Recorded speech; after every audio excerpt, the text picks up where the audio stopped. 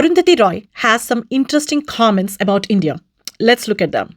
People. India used to be a friend of Palestine. Yep. India used to be a dignified country. It has lost its dignity. And there have been no protests about the genocide in Gaza.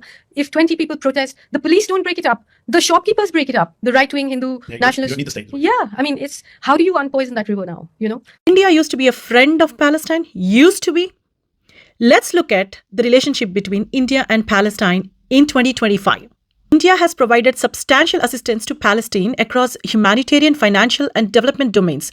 Key commitments include $12 million for the Palestine-India Technopark, annual contributions of $5 million to UNRWA, multiple budgetary grants such as $5 million in 2018 and 2.5 million tranches in 2024, and large humanitarian consignments, including 70 tons of medical aid in 2023 and 65 tons in 2024.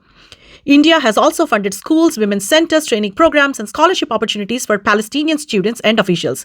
In total, India's developmental and humanitarian support to Palestine over the past decade has exceeded $80 million, making it one of the most significant and consistent contributors from the global south to Palestinian capacity building and relief. And you say India used to be a friend of Palestine? What about all these things that India is doing? You're so upset and you call India losing its dignity because 20 protesters were actually asked to leave by shopkeepers. And that's your standard of dignity? I'm so sorry, Arundhati. From Booker Prize to this, you have come a long way downhill.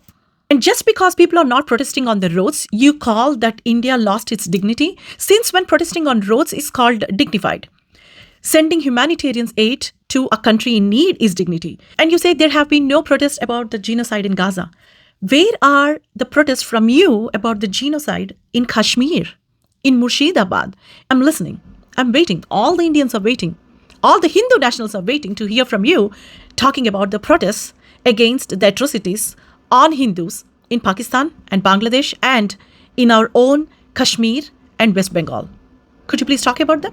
And you say right-wing Hindu nationalists. Thank you so much for saying that. Yes, Hindu nationalists. Hindus are nationalists and nationalists are Hindus. As Hindus, we strive for our country. We take pride in being Indians and we continue to support any country that's in need, but not through protests, but through development and humanitarian aids. Because India believes in construction and aid and helping others, not destruction. Jai Hind. Jai Bharat.